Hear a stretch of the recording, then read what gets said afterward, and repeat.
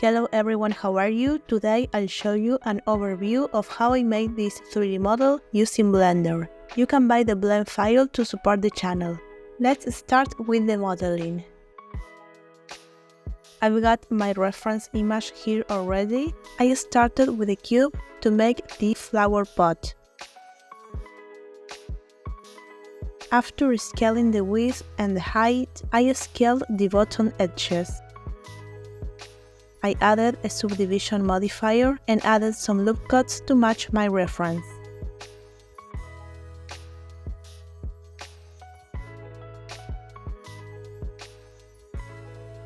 I insert a face on the top face, and then I extruded and scaled it to make the inside hollow part. I moved the bottom corner and added a loop cut in the middle. I scaled the whole model in the y-axis, and then I moved the side faces on the y-axis as well to give it a rounder look. I extruded along normals the top sides. I selected the edge loops and scaled along the y-axis. And I kept moving the edges to match my reference.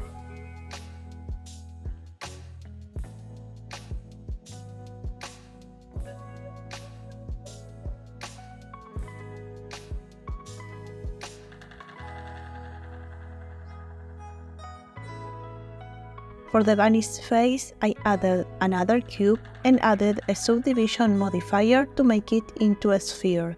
And I just moved the edges while in X-ray mode to match my reference. I added a loop cut in the middle and kept using the size tool to match the original image. I had to move the bottom edges so the sphere didn't show on the bottom of the flower pot. And for the ears, I added a plane. This is pretty simple when you have a reference. As you can see, I just scaled and moved the edges.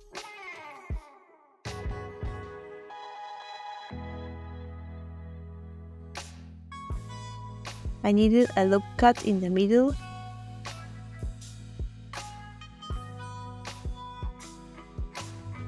And I added a subdivision modifier to make it rounder. I needed another loop cut at the bottom since the bottom of the ear looked too round. I added a solidify modifier to give it some thickness.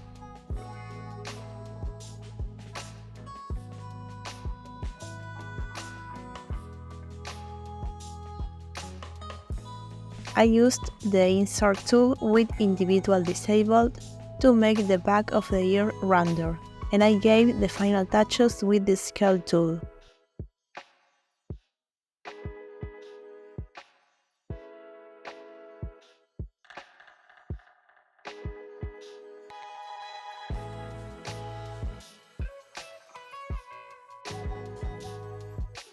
I scaled the ears, and using the move tool and the rotation tool, I put them in place. I scaled the center of the bunny. To make the paws, I added a cube, and to turn it into a sphere, I added a subdivision modifier, and in edit mode, I scale it and place it.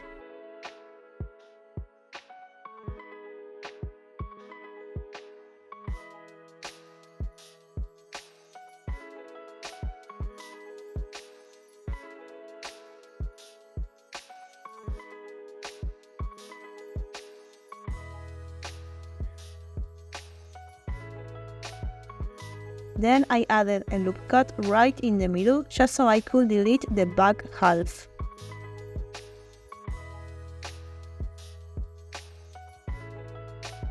Once I had one paw in place, I used a mirror modifier to get the second one. I applied the subdivision modifier and tried to match my reference in sculpt mode, using mostly the grab brush.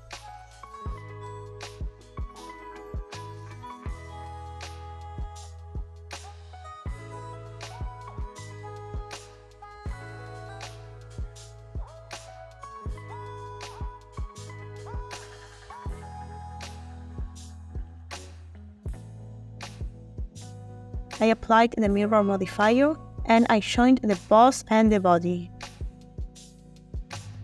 And here we have our model ready for nobody's favorite part, the UV unwrapping. Before painting, I created a new UV grid image.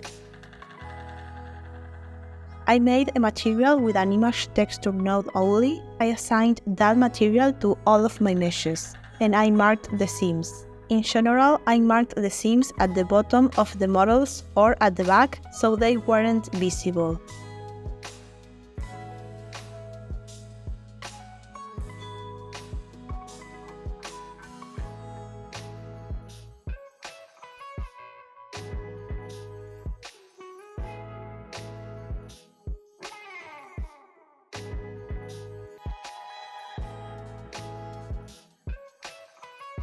For the ears, I was lazy and I just unwrapped them without marking any seams. And for the pot, I used the Smart UV Project Unwrap. I made the islands that didn't need a high resolution smaller, like the bottom of the models, which were not even visible, so it was kinda useless to take a big space in the image texture for that. I arranged the islands to use all the space in the image and so I could use only one image for all of my meshes. And this was my basic UV unwrapping. By no means this is an example of a good unwrapping process. There's some stretching going on and that actually gave me some headaches when painting the model, but that is the price of laziness, I suppose. Now for the materials. First, the reason why you're probably here, the hand painting process. I made a new image with the same resolution as my UV grid, and I fill it with the overall color of each object.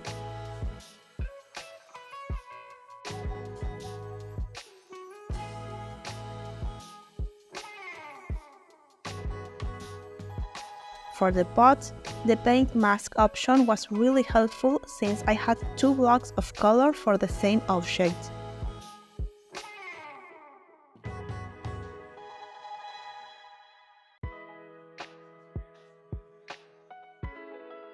I had to paint some edges that were showing in the model.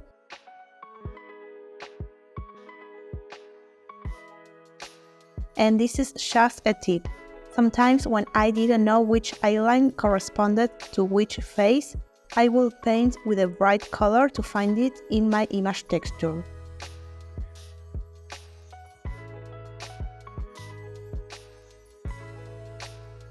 I changed my color management from filmic to medium low contrast standard. And at one point I joined the head, the paws and the ears, but later during the process I separate them. And for the hand painting, I imported Omar's brushes. This is a free brush pack you can download from his Gumroad, link in the description. I used 2 of his brushes, the CR flat marker and the CR straight. And this was a pretty straightforward process. I dropped the colors from my reference and tried to paint in the same place as the original image. For the strokes, I used the CR flat marker.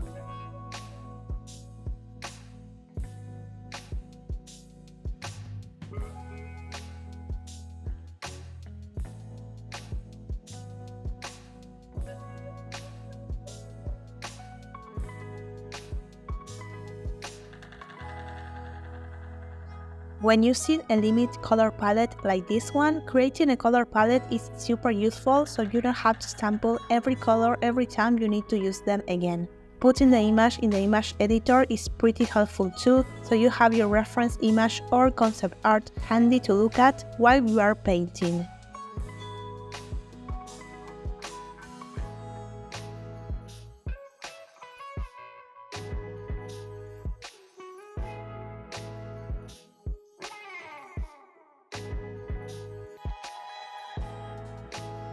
Now for the bunny's ears.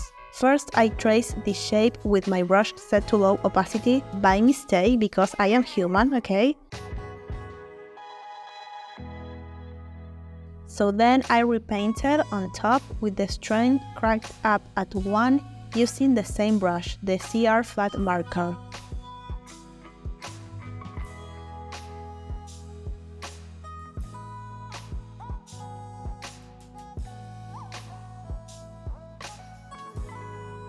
I refined the shape a bit using the brighter shade of green.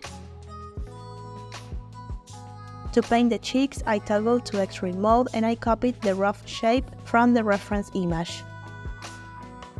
Then I refined it. And I went back and forward through the dark and the light shades of green until I was happy with the shape.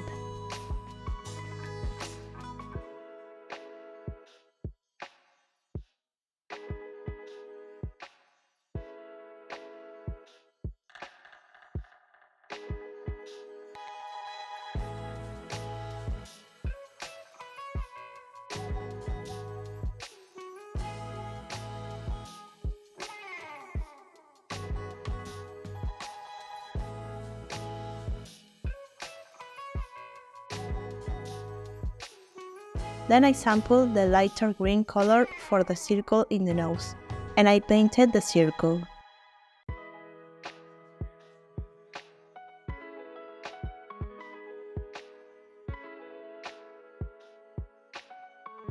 Then I changed to the CR Streak brush to give the edges a rougher or more painterly look. Using the light green color, I painted the borders of the nose and the cheeks. I changed the follow to sharp.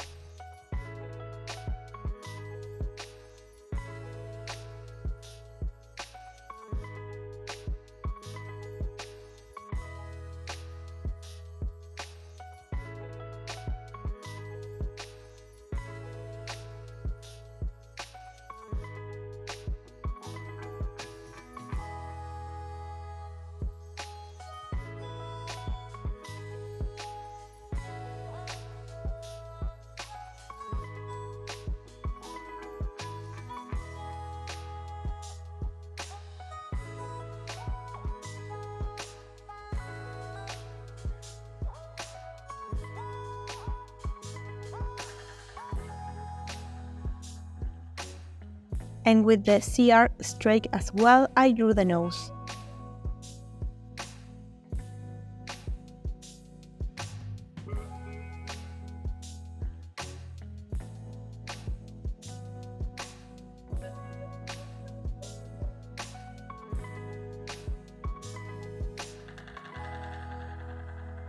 Then I just painted the lines on both cheeks.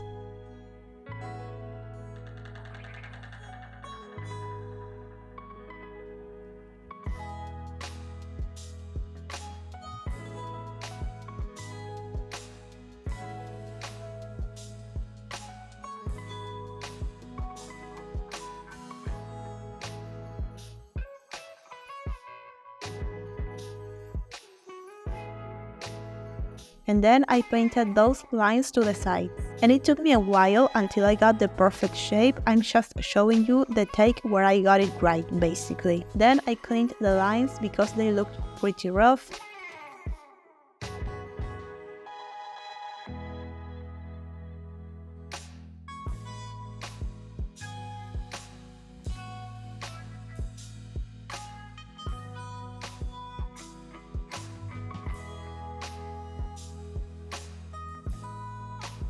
And since some of the lines I painted were a bit darker than the rest, I just painted on top of them with a lighter green with lower opacity. And here I struggle a lot to get those diagonals, but finally I got it.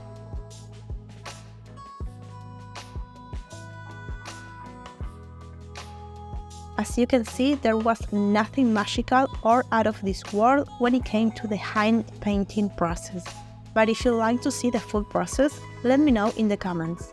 I separate all my joint meshes to move the ears a bit more to the center, and then I shape them again, but hold on your Ctrl J because later I separate them again. You're gonna see the reason in a moment. I added a few more details on the sides.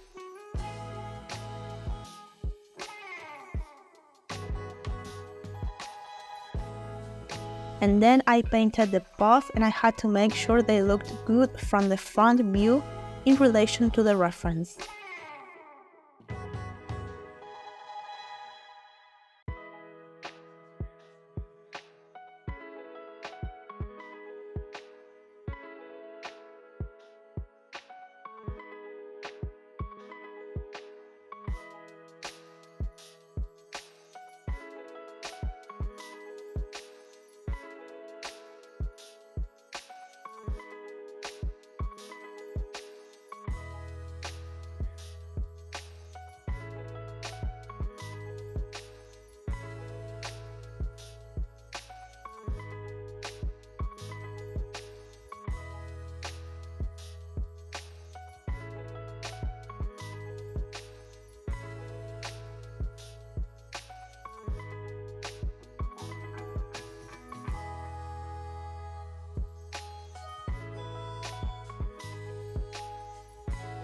And after the both, I went back to the pot to paint the lines.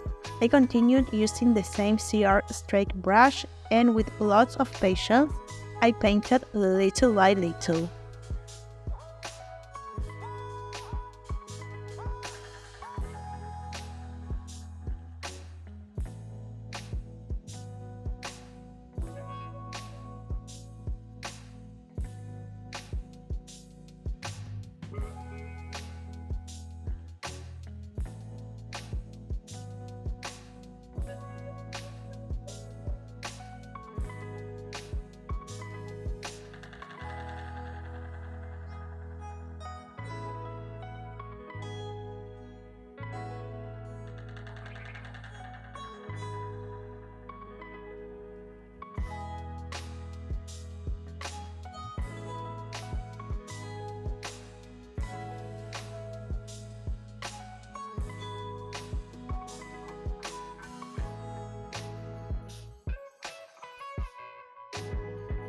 For the outline, I used the inverse hole method.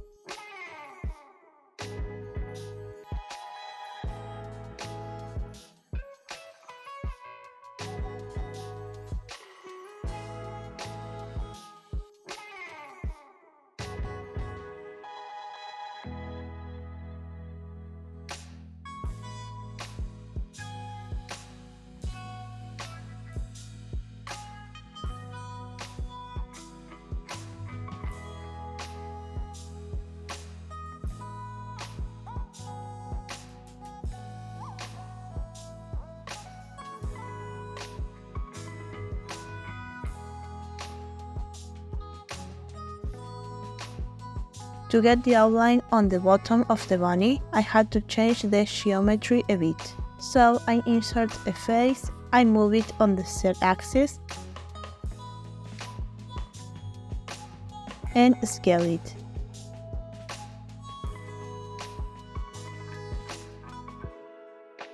And after that, I had to scale the pot a bit. And here is where I separate the meshes again, as I told you earlier. And I moved the posts so the outlines looked exactly like in the reference.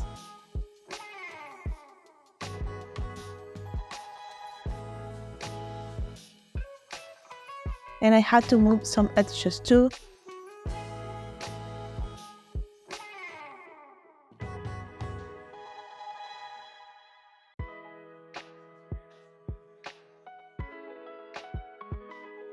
After I made my outline, I gave the final touches to the path with texture paint, so the lines of the outline and the lines of the hand paint would match.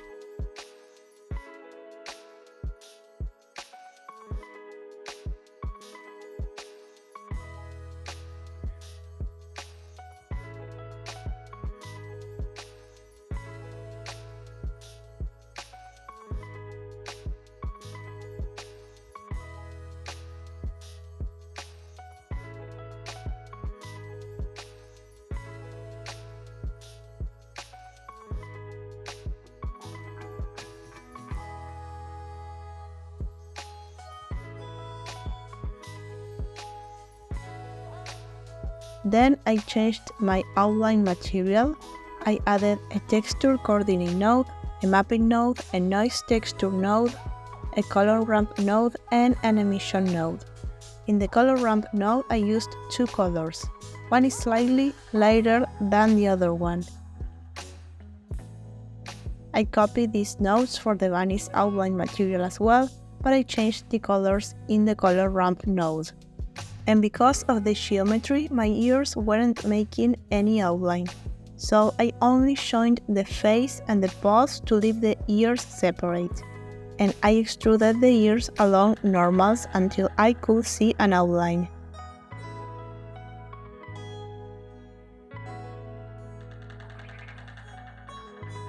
And I moved them down a bit. And here we have the hand-painted model. Now the details in grease pencil. For the eyes, I added a new grease pencil object. I drew all my grease pencil objects on the -y viewpoint, and I set my drawing plane to view. For this part, I changed the stroke placement to surface. And I drew in X-ray mode. I disable use lights in all of my grease pencil objects.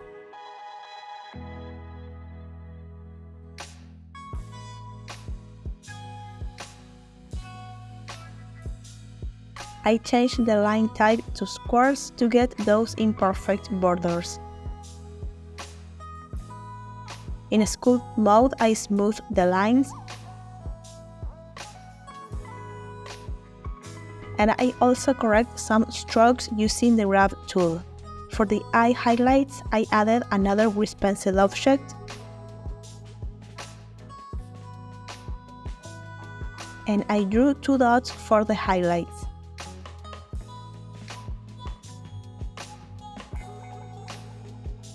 Since the highlights were behind the eyes, I used the grab tool to move them just a tiny bit to the front. And to add some life to the character, I added a noise modifier to make the highlights twinkle. To make the eyes blink, I have a tutorial on how to do that. You can go and watch it after this video, but it's pretty simple. In the grease pencil object for the eyes, move the playhead to another frame and make a new blank keyframe and draw a closed eye. Enabling on your skin was really helpful to make sure the eyes were in the correct place.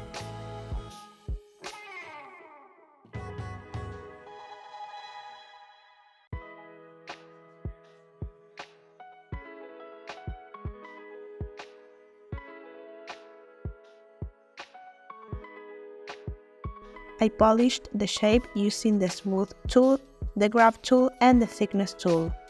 And I went back and forward from draw mode and sculpt mode until I got the shape I wanted. And I copied the first keyframe with the open eyes again. I moved the keyframes to delay the blink a bit.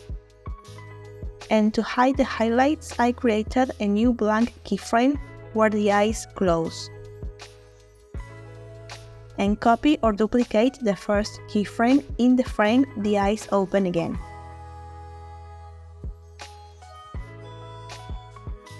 Finally, I added a tiny offset modifier in both the eye and the highlight grease pencil object so the blink will repeat. And voila!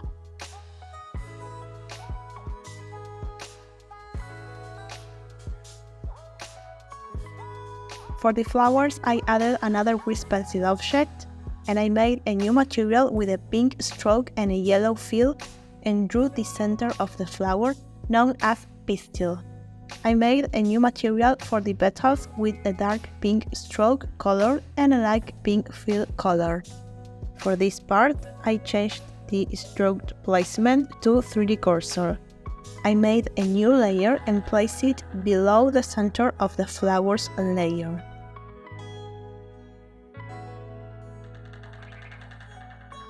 For the lines, I made a new layer and placed it on top of all the other layers.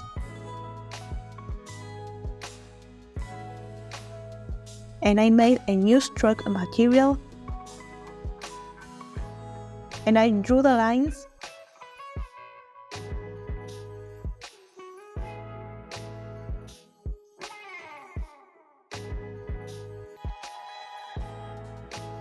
and I copied the stroke color from the first material I did so they'd match. And then I made a new stroke white material for the borders.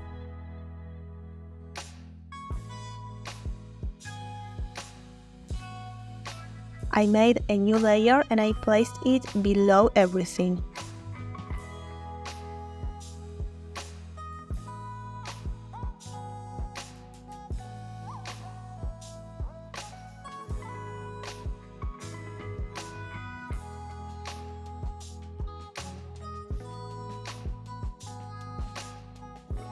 I polish everything with the Smooth tool and the Grab tool.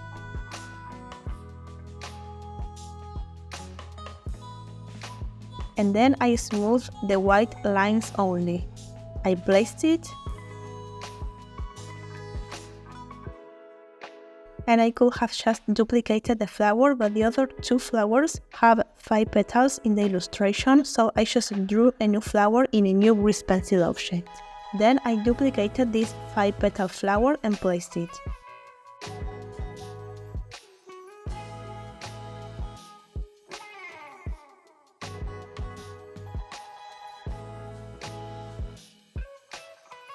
And in sculpt mode, I moved the strokes a bit to match my reference.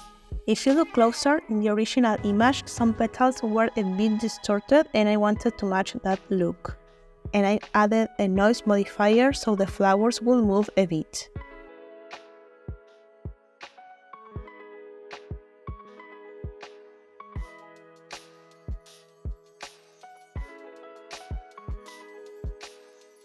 Now let's see how I did the animated hair strands. For these hair strands, I added a path.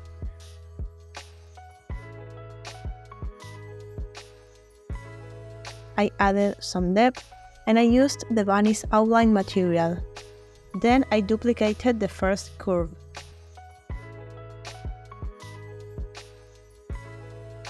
And then I duplicated that pair.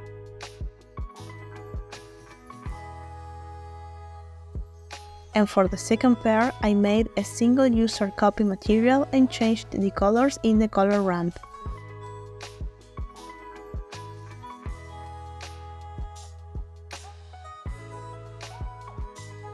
For this one, I had to make a single user copy material since it had a different color.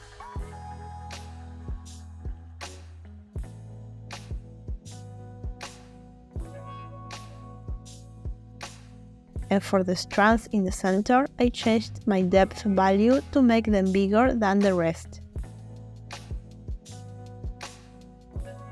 And then I just duplicated the curves and placed them along the bunny. And after I had all the curves in place, it was time for the animation. To animate the path, I changed the geometry and factor value. In frame 1, I added a keyframe with the end set at 1. In another frame, I changed the end value and added a keyframe. And I did the same for the rest of the path, but I did it alternately. In some cases, instead of adding the first keyframe with the end value set as 1, I set it as a lower number. And then, in another frame, I added a keyframe with the value set at 1. And like I said, I did the same for each path. Once I had all my curves animated, I selected half of my curves. I selected the path with even numbers, and I moved the second keyframe of all these curves to frame 8, and I copied the first keyframe to frame 16.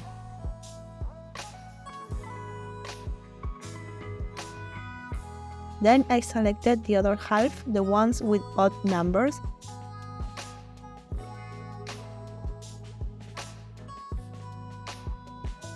and moved their last keyframe to frame 6, and I copied the first keyframe to frame 12. So half of my curves were animated in 8 frames and the other half in 6 frames.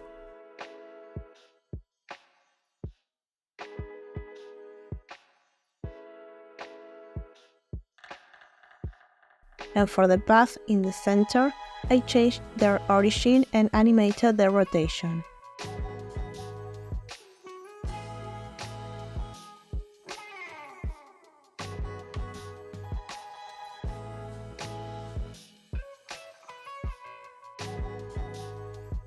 And I copied the first keyframe to frame 30.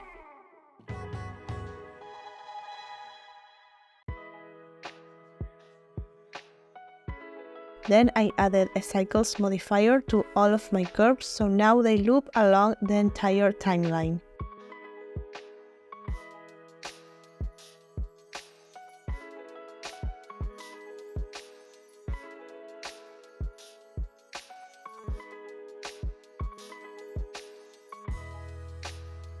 And that is how I made this 3D model. If you liked the final result, hit the like button. Let me know if you'd be interested in the full process video. Thanks for watching and see you in the next one. Bye!